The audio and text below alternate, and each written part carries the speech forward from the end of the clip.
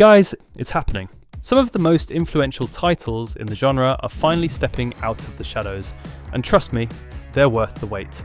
We're talking about the return of the world's deadliest assassins, background characters, and the titans who redefined what it means to live a second life. Whether you're looking for elite storytelling or just absolute chaos, this year's lineup is stacked. So sit back and let's count down the returning Isekai anime stepping back into the spotlight. Starting with a series that's been silent for nearly 4 years. After a long hiatus since 2022, the official confirmation is actually here. We are heading back to Skeleton Knight this July. Now here's the interesting part for the production nerds. The studio has actually shifted. While Katsumi Ono is returning to direct, the animation is moving over to Aura Studio. This usually means a fresh visual polish, and from the trailer that just dropped, the magic and monster designs look sharper than before. We also have a new series composer on board, who worked on Reincarnated as a slime. So, the pacing for this return is in very capable hands. It's rare for a hidden gem to get a second chance after such a long break, but the hype is real. Next up, we have a series that completely splits the community. Whether you think it's a peak wish fulfillment or just pure isekai trash, there is no denying the absolute weight of this news. Season 2 is officially in production. This announcement just dropped at Anime Japan, and it's a massive pivot for the franchise. After that TV special, which adapted Volume 5, many fans thought that was the end. But the studio just confirmed a full second season is coming to finish what they started. Regardless of the writing, you know the visual style, and those high-speed, unique action sequences are going to be back in full force. For now though, there is no official release date. If you skipped the special, now is the time to catch up before the new season drops. Next is World's Finest Assassin Season 2.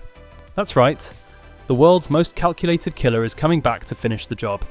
While the official release window is set for 2027, the teaser visuals we've seen so far suggest a much darker, more high-stakes tone than the first season.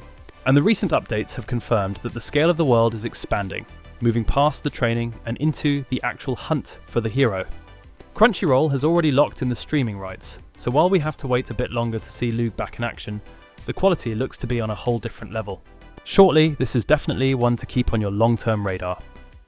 So, at number 7, I'll be honest, I didn't expect to be talking about this one so soon. Someday Will I Be the Greatest Alchemist is officially coming back for Season 2. And yeah, they wasted absolutely no time with this announcement.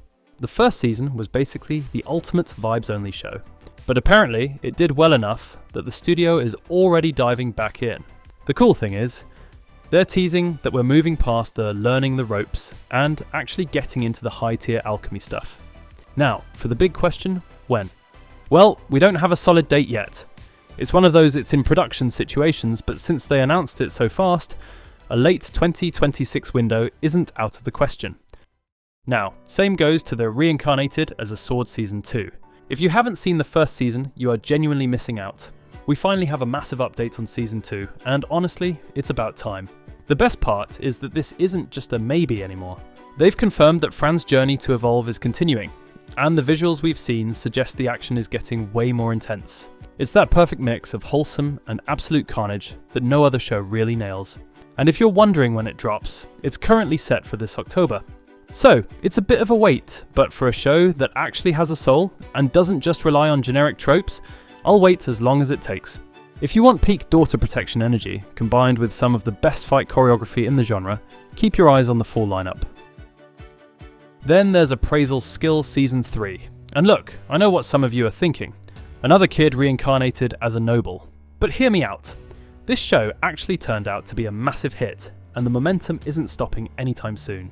What makes this one stand out isn't the OP magic or anything like that, it's the strategy. It's watching a kid basically play a high-stakes game of Football Manager, but with knights and mages.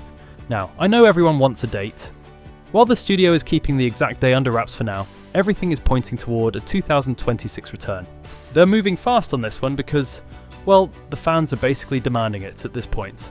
If you like your isekai with a bit more brain and a lot more recruiting the underdog energy, you definitely want to stay tuned for this. And The Wrong Way to Use Healing Magic is officially coming back for Season 2. This was one of the biggest surprise hits recently, and the fan demand for more was just impossible to ignore.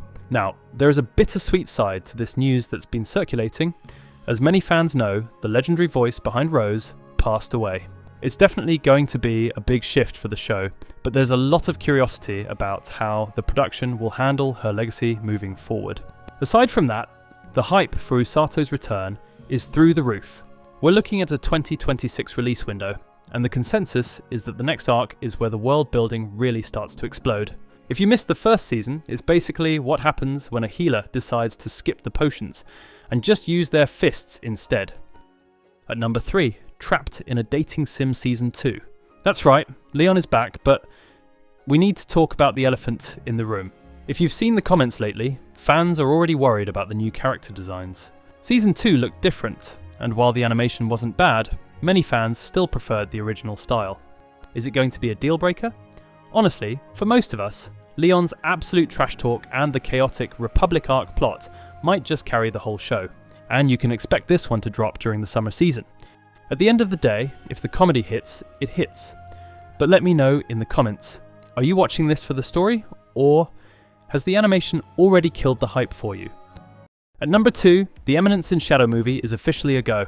I know we were all hoping for something sooner, but the latest updates have confirmed that we're looking at a 2027 release.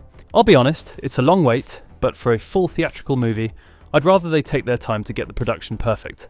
And it's pretty clear this is going to be the biggest visual jump the series has ever seen. The studio is clearly going all in on the movie level budget for this arc. So, you know as well as I do, that when Sid finally drops that first atomic on the big screen, it's going to be worth every second of the wait. And finally, at number 1, the series that practically defined the modern Isekai era, Mushoku Tensei Season 3. I know the wait has felt like forever, but seeing that new trailer with Eris, it's clear Studio Bind is still bringing that elite level of animation we've come to expect. The vibe for this season is shifting significantly. We're moving into some of the most intense and emotional arcs of the story, and the consensus is that this is where the stakes truly become world-altering. Whether you're in it for the world building or the character growth, July can't come soon enough. If you've been waiting for the series to finally hit its stride, this is the season. Before I let you go, a quick lightning round of titles you definitely need to keep on your radar. The Moonlit Fantasy has officially been greenlit for Season 3, and Lord of Mysteries specials are just around the corner as well. Also, can't forget about Gate, so make sure you're caught up. Peace.